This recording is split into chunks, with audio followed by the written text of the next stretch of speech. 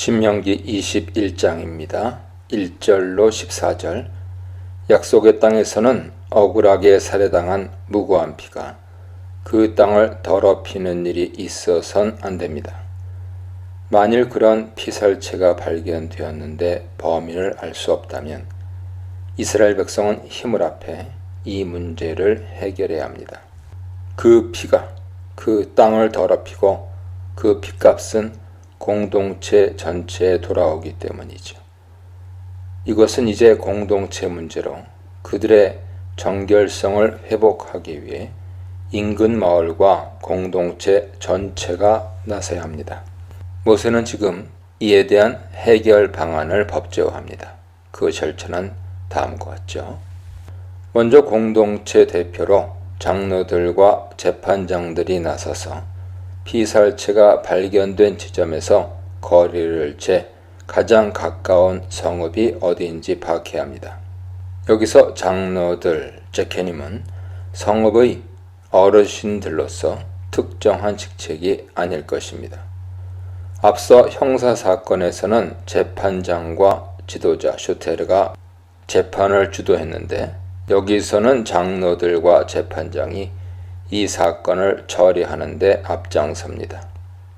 가장 가까운 성읍을 결정하는 이유는 범인이 그곳에 거주할 가능성이 가장 크다는 상식적인 판단 때문일 것입니다. 둘째, 가장 가까운 성읍의 장로들이 나서서 아직 일을 시킨 적이 없는 어린 암송아지 한 마리를 준비합니다. 왜 암송아지를 취하는지는 정확히 알 수 없습니다. 비교 사례로서 민수기에서 9장에 어린 붉은 암송아지 전체를 태워 제를 만드는 의례가 발견됩니다. 제사장이 사체 부정을 입은 사람들을 위해 그 제를 물에 타 속죄의 물을 만들어 그 사람에게 뿌립니다. 여기서는 붉은 암송아지가 아닌 일반 암송아지며 다른 목적을 위해 목을 꺾어서 죽입니다.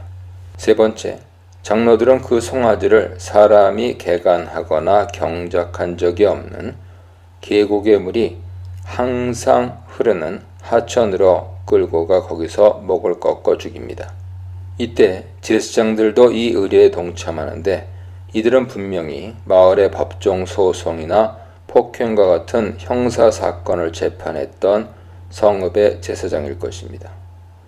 그 하천은 항상 흐르는 하천이 아닌 거칠게 흐르는 하천, 즉 우기에 거센 급류가 흐르는 계곡일 수 있습니다. 그런 골짜기의 물은 사람이 경작하지 않는 지역의 물이기에 그런 의례에 적합했을 것입니다. 넷째, 장로들은 이어서 그 골짜기 물에서 목이 꺾인 암송아지 위에 손을 얹습니다.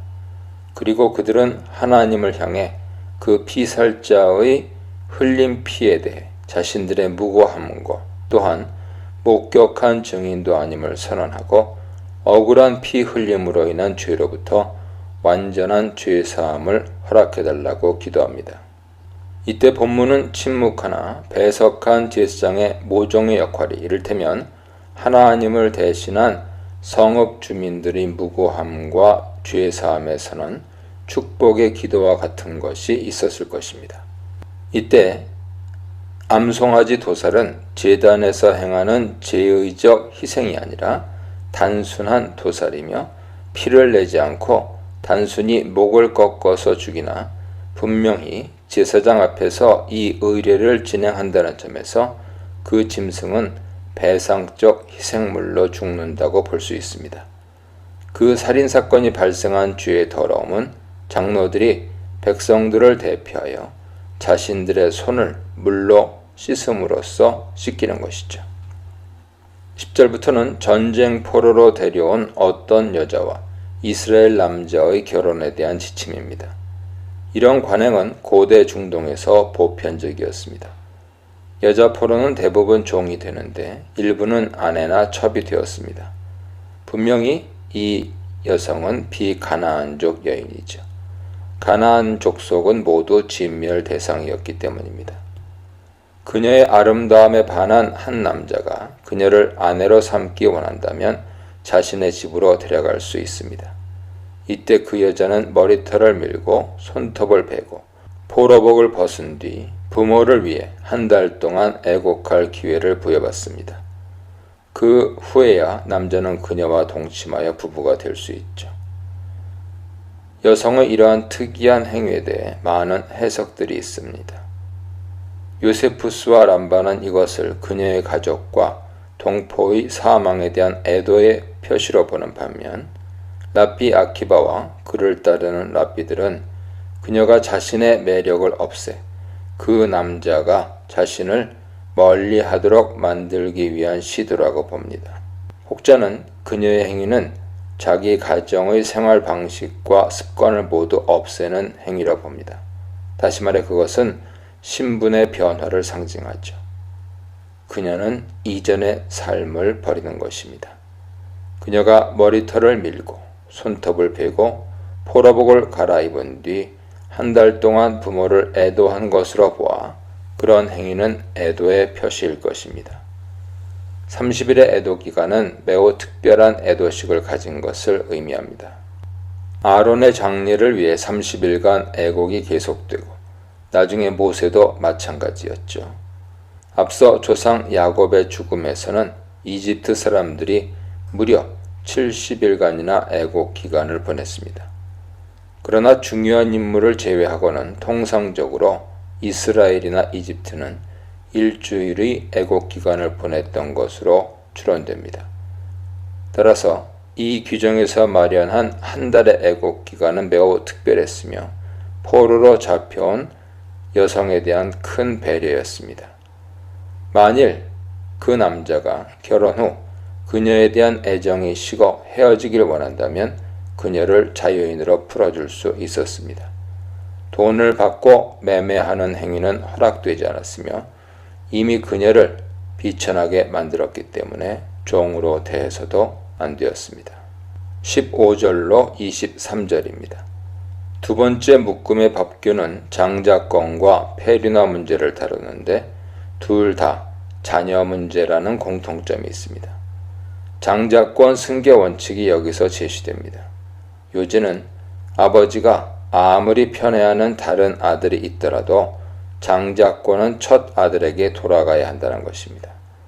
이때 장자는 두 몫을 상속받을 권리가 있습니다. 두 몫을 의미하는 피셔나임은 스가랴 13장 8절에 비추어 3분의 2로 해석하는 견해가 있지만 사실은 거기서도 세 부분 중에 두목이어서 3분의 2가 되는 것뿐이죠. 따라서 만일 10명의 아들이 있다면 그 몫은 크게 줄어듭니다. 실제 정확한 분배 방법은 10명일 경우 먼저 11명 몫으로 공평히 나눈 다음 거기서 두 사람 몫을 장자가 얻게 되는 것입니다. 이것이 전통 랍비 해석입니다. 장자권은 무조건 첫 아들에게 돌아가는 것이 원칙이나 성경에서 확인되듯이 하나님의 절대 주권으로 이 권리가 다른 아들들에게 넘어가는 경우가 많았습니다. 만일 어떤 패역한 아들이 부모의 말을 안 듣고 허랑방탕하게 생활하며 폭음을 일삼는다면 부모는 공동체 처분에 호소할 수 있습니다. 우선 그 아들에 대한 재판을 성문에서 공개적으로 개최하고 장로들이 배심원으로 참여합니다. 부모가 그 현장에서 사실을 확인해주면 마을 사람 전체가 투석형에 참여하여 사형에 처합니다. 전통적으로 랍비들은 이 법이 실제로는 실현되지 않는 자녀 훈육을 위한 규정에 지나지 않는다고 해석합니다. 상식적으로 판단해도 공개재판에서 부모가 불효자의 죄를 고발해서 비참하게 죽을 상황이 되기 전에 부모와 아들은 비극을 피하는 해결책을 찾고 아들은 부모에게 순종하는 길을 선택할 것이죠. 현재 사례를 포함하여 어떤 극악한 범죄자를 처형한 뒤에 때로는 성읍 전체의 경종을 울리기 위해 그 사체를 나무에 매달아 놓았던 것으로 보입니다. 이것은 나무 위에 달거든 이라는 표현으로 볼 때 단순히 당시 관행이었던 것으로 보입니다. 구약에는 나무 위에 사체를 달아둔 사례들이 창세기 40장, 여호수아 8장, 에스라 9장 등에 나타나죠. 그러나 그 사체는 당일에 매장해 있으며 여기에 근거해서 탈무드는 장례 규정에서 모든 시신은 당일에 묻어야 한다는 지침을 만들었습니다. 죽은 자를 알지 못할 때, 포로 여인과 결혼할 때, 장자와 폐류나를 다룰 때에 대해 묵상해 보시기 바랍니다. 신명기 22장입니다. 1절 4절. 정결한 언약 공동체는 서로 평화로운 관계를 유지하며 살아야 합니다. 물질 문제, 특히 분실물 처리에 있어서도 그러해야 하죠. 어떤 사람이 주인을 잃고 돌아다니는 소나 양, 염소, 나귀와 같은 가축을 발견한다면 일단 그 짐승을 다른 사람이 훔쳐가지 못하도록 급히 자신의 집으로 끌고 와 보관해야 합니다. 출애굽기 23장 4절 이하는 설사 그 주인이 자신의 원수여 심히 불편한 관계에 있다 하더라도 즉각 그 가축을 돌려줄 것을 명령합니다. 그가 그 가축을 몰래 감추기 위해 집으로 끌고 간 것이 아니죠. 그는 분명 주민들에게 이 사실을 알리고 주변에 소문을 내고 주인을 수소문하면서 나타날 때까지 기다렸을 것입니다. 이것은 두 가지 상황 때문에 내린 보관 조치입니다. 먼저 주인이 누구인지 알지만 너무 먼 곳에 살고 있기 때문이고, 둘째로는 주인이 누군지를 전혀 모르기 때문이죠. 분실물을 습득한 당사자가 힘들여서 멀리 있는 주인을 찾아가 돌려줄 의무까지는 없었습니다. 의당 물건을 잃은 사람이 물건을 찾으러 와야 하는 법이죠. 습득물을 보관하던 그 사람은 지체 없이 그 주인에게 돌려주어야 합니다. 습득물이 가축은 물론이고 옷이나 다른 물건이더라도 주인에게 돌려주어야 합니다. 덧붙여 길을 가다가 과도한 짐을 부리던 나귀나 소가 넘어진 것을 목격한다면 적극 도와줘야 합니다. 5절로 12절입니다. 언약 백성은 정결한 공동체를 유지하기 위해 창조 질서에 따라 살아야 합니다. 사람은 남녀가 구별되었고 동식물도 각기 고유한 종들로 창조되었죠. 남녀는 구별된 복장을 입어야 했습니다. 여자는 남자의 의복을 입지 말라는 명령에서 의복에 해당하는 히브리어 켈리는 사실 옷이 아닙니다.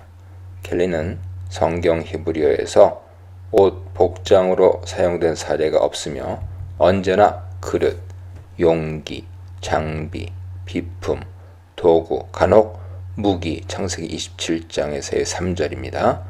무기라는 뜻을 지닙니다. 남자의 의복은 이어지는 여자의 의복에 맞춘 번역이죠. 따라서 어떤 유대 문헌은 무기로 해석합니다.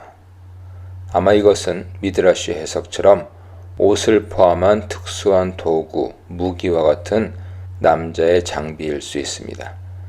남녀의 복장을 섞어 입지 말라는 것은 현대 관점으로는 받아들이기 어려우나 이 법은 분명 남녀의 성 역할과 정체성의 구별을 위한 취지에서 만들어졌을 것입니다.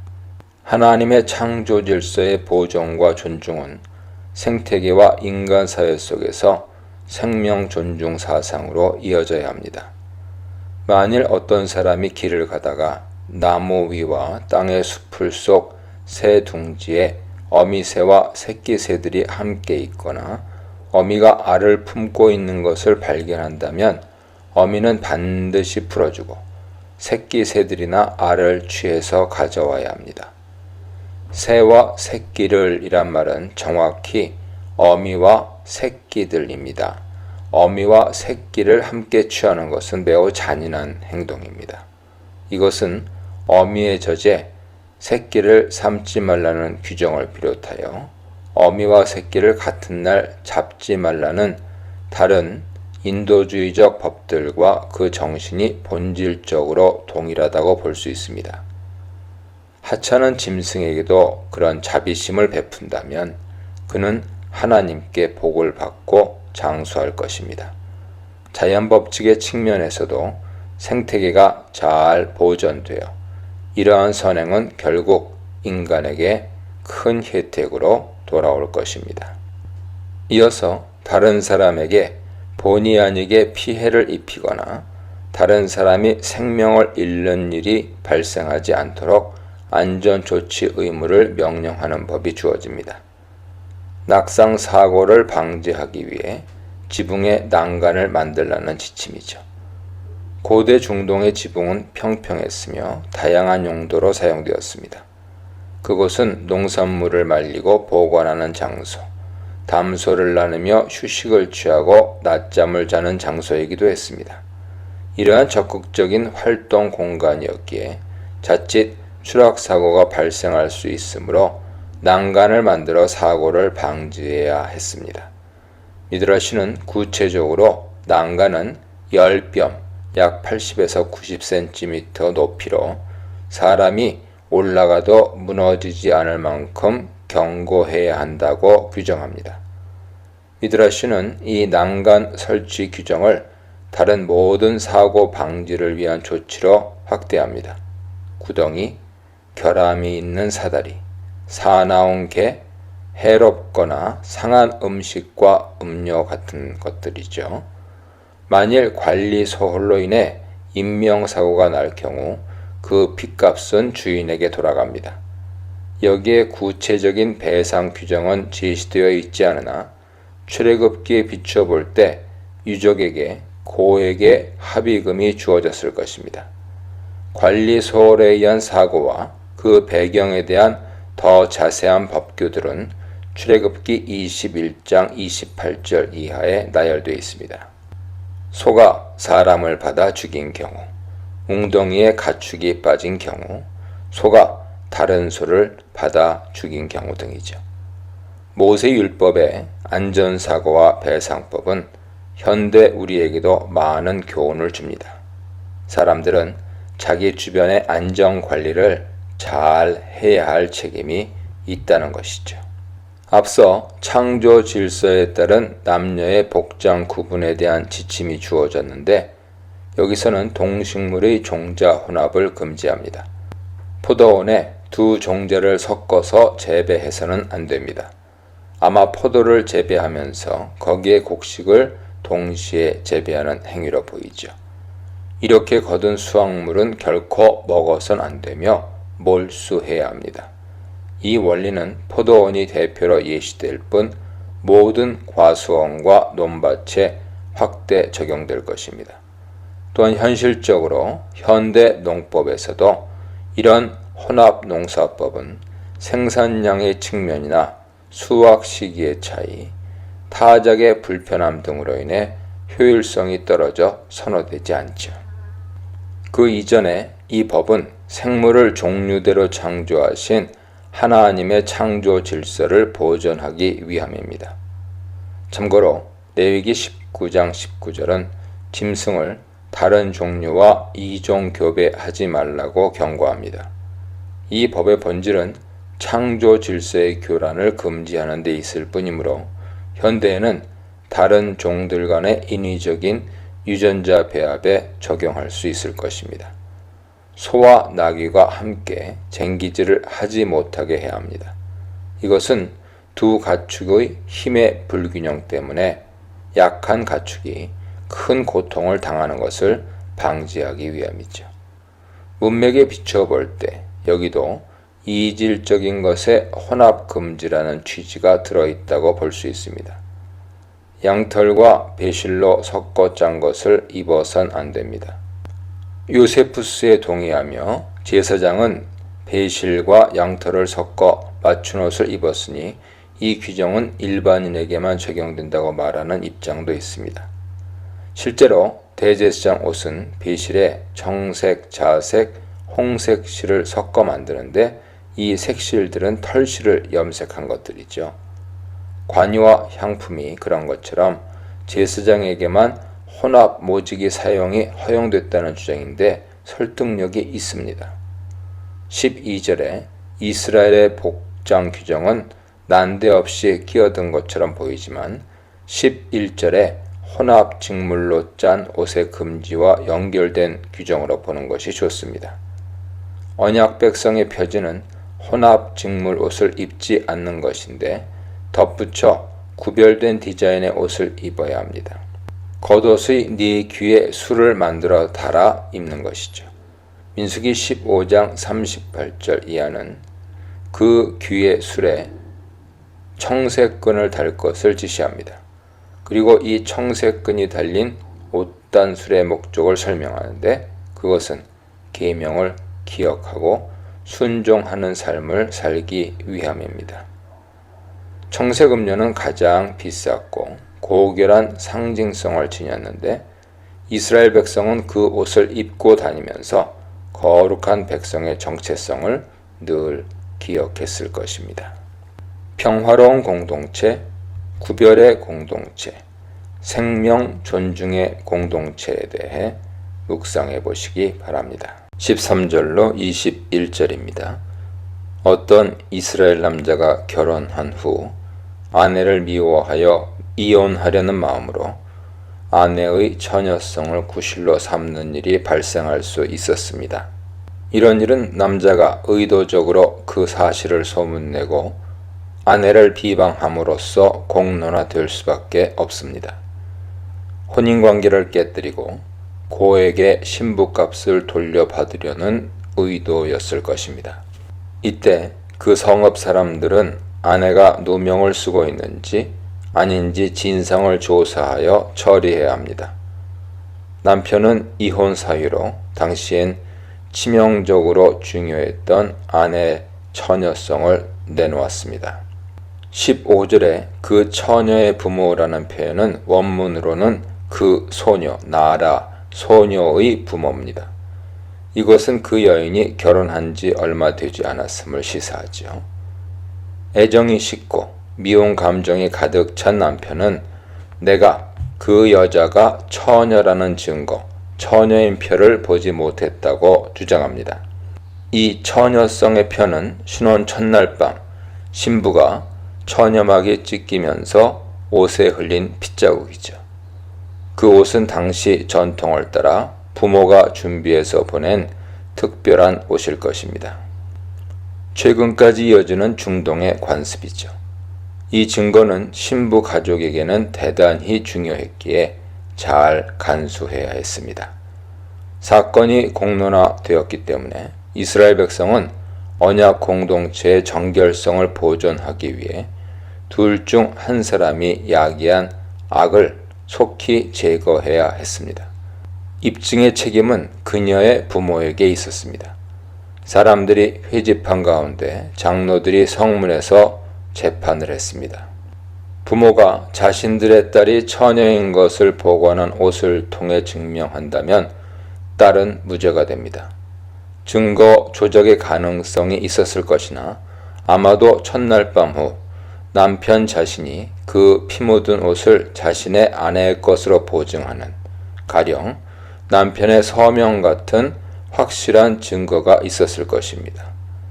증거가 확실하면 그 남자는 무고죄로 큰 벌을 받습니다. 벌은 삼중적이었죠. 먼저 매질을 합니다.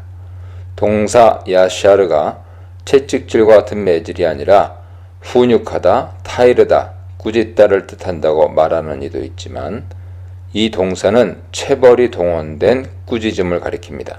보통 이 매질은 채찍이나 막대로 때리는 형벌로 이해되며 25장에서의 40대 태형을 가리킬 수 있습니다. 둘째 형벌은 은 100세겔의 벌금입니다. 남자는 아내의 아버지에게 벌금을 냅니다. 이 돈은 당시 상당히 큰 액수였습니다. 이 사실은 또한 22장 28절 이하에서도 확인되죠. 남자가 처녀를 붙들고 함께 동침한 것이라면 남자가 은 50세겔을 배상하고 아내로 삼아야 한다고 규정하는데 벌금 액수 100세겔은 2배므로 매우 큰 벌금입니다. 끝으로 그 남자는 그 여자와 이혼할 수 없습니다. 이 또한 남편의 이혼 권리가 매우 컸던 당시 관행에 비춰볼 때 큰 벌이죠. 이러한 삼중적인 중벌로 인해 남편이 함부로 아내를 모함할 수 없게 했습니다. 이 법이 당시 고대 여성 인권을 보호하는 데 큰 역할을 했을 것입니다. 부모가 처녀성 증거를 제시하지 못하면 그 여자에게는 가장 큰 형벌인 사형이 선고되었습니다. 장로들은 그녀를 성문에서 아버지 집으로 끌고 갔습니다. 한글 개역은 오역이죠. 그곳에서 투석형으로 처벌합니다. 이것은 그녀가 아버지 집에 사는 동안 창기의 행동, 곧 극도의 수치스러운 일을 저질렀기 때문이며 동시에 딸을 간수하지 못한 아버지에 대한 문책성 의미도 들어있습니다. 이것을 통해 장로들과 성읍 사람들은 이스라엘 중에서 네발라, 곧 수치스러운 일, 어리석은 일을 쓸어내야 했습니다. 22절로 30절입니다. 이어지는 문제 또한 성적 쟁점입니다. 만일 어떤 남자가 유부남이든 미혼남이든 유부녀와 간통하면 둘 다 사형에 처하여 언약 공동체로부터 시급히 악을 제거해야 했습니다. 약혼한 여자도 마찬가지죠. 결혼식을 앞둔 여자가 성 안에서 만난 어떤 남자와 간통하면 둘 다 투석형으로 죽임당했습니다. 이번에는 처형 장소가 성읍 문입니다. 약혼한 남녀는 아직 결혼식을 앞두고 있고 잠자리를 갖지 않았지만 신부값을 다 치른 상태이기에 이미 법적인 부부로 인정받았기 때문입니다. 이것이 간통인 이유는 여자가 성 안에 있으면서 성관계를 막기 위해 도움을 구하는 아무 소리도 지르지 않았기 때문입니다. 간통은 죄를 범한 남녀 모두를 더럽히는 행위이며 두 사람 모두 책임을 면치 못하고 사형을 당합니다. 만일 어떤 약혼한 여자가 들판에서 겁탈당했는데 그 남자가 체포되었다면 그 남자만 사형에 처해졌습니다. 그녀는 무죄입니다. 여자는 소리쳐도 소용없는 들판에서 그 일을 겪었기 때문이죠. 이것은 마치 어떤 사람이 몰래 그 이웃을 때려 죽이는 행위처럼 갑자기 당한 범행입니다. 따라서 그 약혼한 남자는 그녀를 여전히 존중하는 마음과 사랑하는 마음을 품어야 했습니다. 다음 사례는 어떤 남자가 유부남이든 미혼남이든 약혼하지 않은 처녀를 만나 그녀를 붙들고 잠자리를 하다 발각되는 경우입니다. 이때 남자는 그 처녀의 아버지에게 은 50세겔의 벌금을 신부값으로 지불하고 그녀를 아내로 삼을 수 있습니다.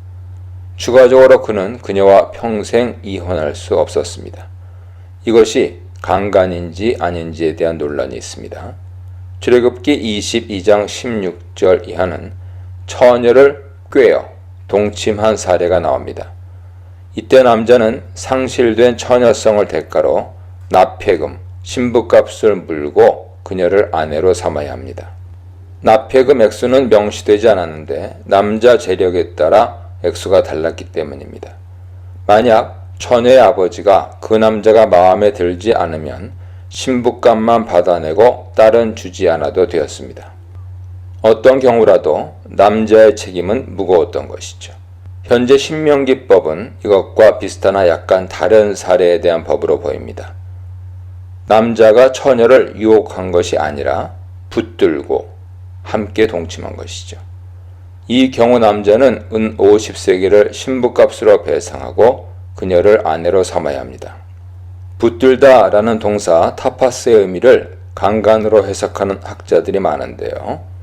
영어 성경 NIV도 강간으로 번역하는데 오류로 보입니다. 강간을 가리키는 단어는 25절에서 강한 강제력을 가리키는 동사 헤헤지크가 사용됩니다. 이것은 분명 타파스와 큰 차이가 있죠.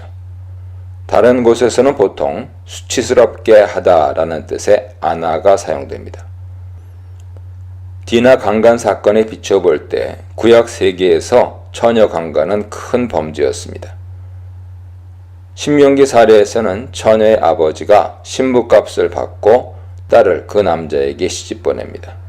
이것이 강간으로 보기 어려운 이유죠. 남자 쪽에서 물리적 강제력은 있었을지라도 처녀 역시 어느 정도 동조한 듯 보이는 상황입니다. 출애굽기와 다르게 아버지가 그 딸을 남자에게 주지 않을 권리는 없으며 신부값을 받고 반드시 그녀를 줘야 한다고 말하기 때문입니다. 딸에게도 책임이 있기 때문이죠. 남자는 그녀를 반드시 데려가서 평생 살아야 하며 이혼도 금할 정도로 큰 책임을 져야 합니다. 유대 전통에서는 유혹이든 강간이든 처녀와 아버지는 그런 결혼은 거절할 수 있었습니다. 그러므로 신명기의 이 사례는 어느 정도 그 처녀의 합의가 개입된 성관계라고 보아야 합니다. 30절은 다시 한번 이질적인 내용이 갑자기 끼어든 것처럼 보이지만 성관계법 범주에 들어맞습니다. 아버지의 아내는 자신의 어머니가 아닌 아버지의 다른 아내나 첩인 경우죠. 아버지와 이혼했거나 아버지 사망 이후 홀로 된 그 여자를 결코 아내로 맞아서는 안 됩니다. 이것은 아버지의 하체를 드러내는 수치스럽고 역겨운 일이죠. 결혼한 여인의 정결에 대해, 불법적인 성범죄에 대해, 기타 성적 사안들에 대해 묵상해 보시기 바랍니다. 신명기 23장입니다. 1절로 7절. 여호와의 총회 입회 자격에 대한 법을 다루고 있습니다. 총회를 의미하는 카할은 종교 공동체, 예배 공동체를 의미하죠. 고환이나 음경이 상한 거세된 사람은 총회에 입회할 자격이 박탈되었습니다. 고환이 상한 자는 제사장 자격과 짐승의 제물 자격의 박탈 기준이기도 하죠. 어쩌면 거세된 사람들은 후손이 끊기게 되어 지파와 가문 족보에 더 이상 들어올 수 없기에 총회 입회 자격이 박탈되었을 것입니다. 이것은 이어지는 사생자의 입회 불허에도 적용되는 이유일 수 있습니다. 사생자 마무제르는 총회 입회가 불허됩니다. 이들 또한 이스라엘 족보에 합당치 않았기 때문이죠. 이들은 10대에 이르기까지 입회가 불허되는데 이는 완전함의 표시로 3절의 영원히와 같은 의미일 것입니다. 하지만 이들이 언약 공동체 집회에 참여하지 못하고 족보의 합법적 혈통을 잇지 못했을 뿐 거주민으로서 기본 생활은 보장받았을 것입니다. 자격 제한이 이방 민족으로 확대됩니다. 암몬 사람과 모압 사람은 언약 공동체 총회에 영원히 들어올 자격이 없습니다. 모세는 이 두 민족이 광야에서 길을 열어주지 않고 음식과 물을 제공하지 않았기 때문이라고 합니다. 이는 1, 2장에서 살펴본 역사적 회고 및 민수기에서 보고된 이야기와 상충하는 듯 보입니다. 모압은 도로를 열어주고 돈을 받고 식량과 물을 원조했고 암몬은 이스라엘과 충돌 자체가 없었습니다. 그런데 암몬과 모압 둘 다 환영하지 않았다고 말하고 있습니다. 이를 전승 차이로 설명하려 하지만 분명 이것은 사건들과 다양한 법들을 뭉뚱그려 묘사하는 신명기 특유의 어법과 문학 특징 때문일 것입니다. 암몬이 비난을 받는 이유는 충돌은 없었지만 그들이 이스라엘에 강한 적대적 태도를 보였기 때문일 것입니다. 특히 모압이 이스라엘에게 저지른 역사적 죄는 잊어선 안 되었습니다. 모압은 분명 이스라엘의 국경 통과를 허락한 뒤 통행료의 일환으로 물과 식량을 팔았습니다. 하지만 모압 왕 발락은 이스라엘이 모압 국경을 통과한 뒤 변심하여 그들에 대한 지원을 중단하고 오히려 그들을 완전히 무너뜨리려 했습니다. 발락은 메소포타미아의 부돌까지 사신을 보내 당대 유명한 점술가 발람을 초대해 이스라엘을 저주하도록 모략을 꾸미기까지 했지만 결국 실패로 돌아갔죠. 이로 인해 모압은 영원히 언약 공동체에서 배제되어야 했던 것입니다. 에돔 사람과 이집트 사람은 일단 입회 자격이 박탈되었지만 3대 후에는 여호와의 총회에 들어올 수 있었습니다. 에돔은 조상 에서가 야곱의 형이었던 이스라엘의 형제 국가이며 이집트 족속은 과거 조상 야곱이 그 땅으로 이주해 간 후 400여 년간 요셉이 알지 못하는 왕이 등극할 때까지 나그네였던 이스라엘 조상들을 대접해준 사람들입니다. 나중에 이집트는 크게 적대감을 보이며 이스라엘을 핍박해 하나님께 가공할 만한 징계를 받았지만 그들이 나그네 이스라엘을 대접한 역사 경력은 소멸되지 않은 것이죠.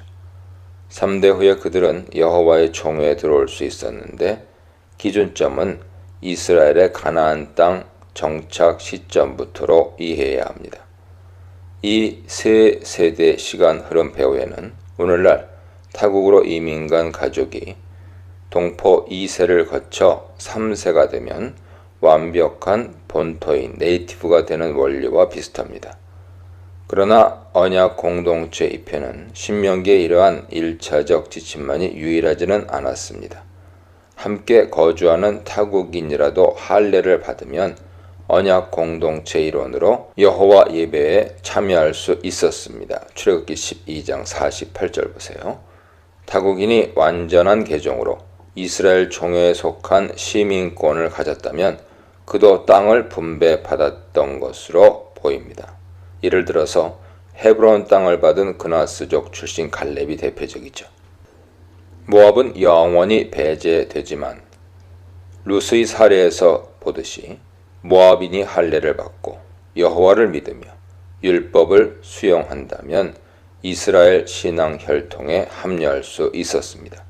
이렇듯 이스라엘 사회는 육적 혈통보다 영적 혈통이 더 우선된 개방 공동체이자 열린 사회였습니다. 9절로 18절입니다. 전쟁터에서의 진영관리법은 일상 진영에서 지켜야 할 기준들보다 더 엄격합니다. 레위기와 민수기는 진영의 정결과 거룩을 지키기 위한 조치들을 명령합니다. 그런데 정상적인 몽설과 배변도 전쟁터에서는 진영 밖으로 나가야 합니다. 진영 밖 변소의 거리에 대해서는 언급이 없습니다. 쿰란 전쟁 문서는 2000규빗 약 900m로 정하는데 아마 여호수아 3장 4절에서 행진 시에 법궤와 진영 사이에 허용된 최대 거리가 근거일 것으로 추측할 뿐 아무런 근거가 없습니다. 삽을 들고 나가 대변을 처리해야 합니다. 2차 대전 시 롬멜 전차 부대가 괴멸한 이유도 이 위생 문제였다는 전사가 있습니다. 이렇게 전쟁 상황에서는 대변이 부정결한 것으로 취급되었습니다. 인간의 대변은 일상 속에서는 전혀 부정하게 여겨지지 않습니다. 이런 조치가 군사 측면에서는 매우 위험하므로 상식적이지 않으며 분명 신앙적 조치였을 것입니다. 이것은 분명히 하나님이 진영 내에 계속 임재하게 하심으로써 그들이 전쟁에서 승리할 수 있다는 믿음에 따른 조치였을 것입니다. 15, 16절의 도주한 종의 경우는 외국에서 이스라엘로 도망친 노예로 해석됩니다. 네 성읍 중에서 원하는 곳을 택하여 그 가운데 거주하게 하라 하는 언급 때문이죠. 모세의 율법과 달리 도주한 노예는 주인에게 돌려주고 국제조약에 따라 송환되어야 합니다. 따라서 이스라엘의 노예 망명법은 당시 놀라운 것이었으며 외교 마찰 소지가 매우 컸는데도 이스라엘은 망명한 노예의 인권을 더 우선시했습니다. 이스라엘 사람은 창기와 남창이 되어선 안 됩니다. 케데시아와 카데시를 흔히 신전 창녀와 남창으로 이해하는데 이런 경우 일반적으로 카도시라는 단어가 윤리 개념 없이 단순히 신전에 분리되었다는 뜻으로 사용됩니다. 남창의 존재는 동성애 때문이죠. 열왕기 하 23장 7절은 여호와 성전 가운데 남창의 집이란 언급이 있습니다. 성전 창기들의 존재는 호세아 4장 14절에도 암시되어 있습니다. 남자들도 창기와 함께 나가며 음부와 함께 희생을 드립니다. 최근 다른 학자들은 고대 중동에 그런 신전 창녀와 남창 제도가 있었는지 의구심을 갖습니다.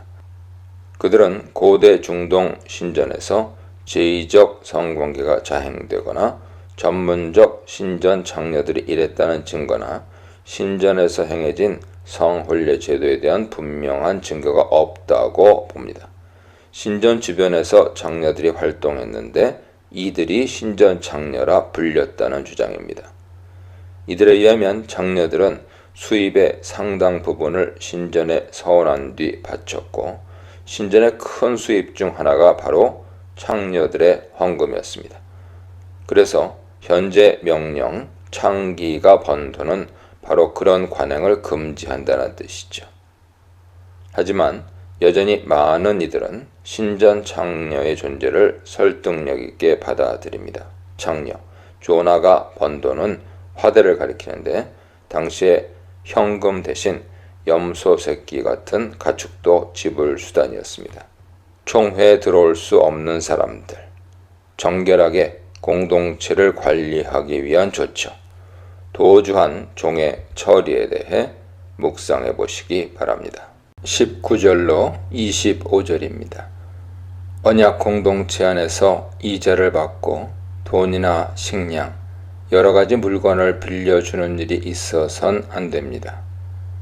이자는 어원인 물다라는 뜻이 암시하듯이 형제의 재산을 갉아 축내며 특히 가난한 사람들에게 커다란 부담을 안겨줍니다. 타국인에게는 이자를 받아도 무방합니다. 이 타국인, 노크리는 일시적인 방문객을 의미하는데 대부분 사업차 방문하여 이스라엘 땅에 거주하죠. 그들에게는 자비의 관점이 아닌 상거래의 관점으로 돈 문제가 적용되므로 이스라엘 사람은 그들에게 사업 자금을 빌려주고 이자도 받을 수 있습니다. 15장 3절의 빚독촉 문제도 마찬가지 원리죠. 토라의 이자 금지 이유는 명백히 신학적 이유에서였습니다. 그들은 여호와의 가족입니다. 형제를 그저 타인인 채무자로 취급해서는 안 됩니다. 이자를 받을 수 없을 뿐만 아니라 극단적 상황에서는 돈을 받지 못할 수도 있기 때문에 돈을 빌려주는 일은 자비심에 기반을 두지 않고서는 불가능한 일입니다. 하나님께서는 반드시 그 사람을 복주겠다고 약속하십니다. 이런 토라의 자비로운 법은 이스라엘 사회의 평등주의를 유지하기 위한 것입니다. 서원, 네데르는 성소의 조건부로, 즉 자신의 기도의 응답을 위해 어떤 것의 헌정을 약속하는 행위입니다. 예를 들어 한나의 서원 기도에서 그녀는 자녀를 주시면 하나님께 아이를 헌정하겠다고 서원합니다. 반면에 맹세, 쉐보아는 조건 없이 하나님이나 사람 앞에서 약속하는 다짐이나 선언입니다. 쉽게 말하면 조건을 거는 것은 서원, 조건을 걸지 않는 것은 맹세라 할 수 있습니다. 자세한 서원 규례는 레위기 27장, 민수기 30장을 보세요. 서원을 이행하기 위해 준비해가는 예물은 서원제라는 화목제입니다. 그래서 한나는 사무엘을 바치기로 서약한 것을 이행하기 위해 화목제 소를 가지고 올라갔죠. 서원을 함부로 해서는 안 되는 이유는 입다의 사례의 경우에서 보듯이 철회가 안 되기 때문입니다. 서원을 갚기를 더디하거나 이행하지 않는다면 그것은 큰 죄가 됩니다. 언약 백성은 자신의 논밭과 포도원의 소출 일부는 가난한 자들과 나그네 몫으로 나눠야 합니다. 여기서 포도원과 밭에 들어가는 사람이 같은 성읍 내 사람들이라고 보기는 어렵습니다. 그들을 위해서는 다른 방식의 구제 방안들이 있기 때문이죠. 따라서 이들은 분명 마을을 잠시 지나가는 나그네였을 것입니다. 고대 여행객은 대개 지나가는 마을에서 필요한 물품을 구해야 했습니다. 여유가 있는 여행객은 얼마든지 필요한 식량과 물건을 언제든 구할 수 있었으나 가난한 나그네는 사정이 딱했습니다. 이때 그들은 포도원에 들어가 배불리 먹고 밭에서 이삭을 따서 얼마든지 먹을 수 있었습니다. 그러나 포도를 보따리나 자루에 담아선 안 되고 밭에 들어가 낫질하는 것은 허용되지 않았습니다. 이 법이 길을 지나가는 나그네에게 적용되기 때문에 신약에 예수님과 제자들이 길을 가다가 밭에서 밀을 따 손에 비벼 먹었다는 기사가 나오는 것이죠.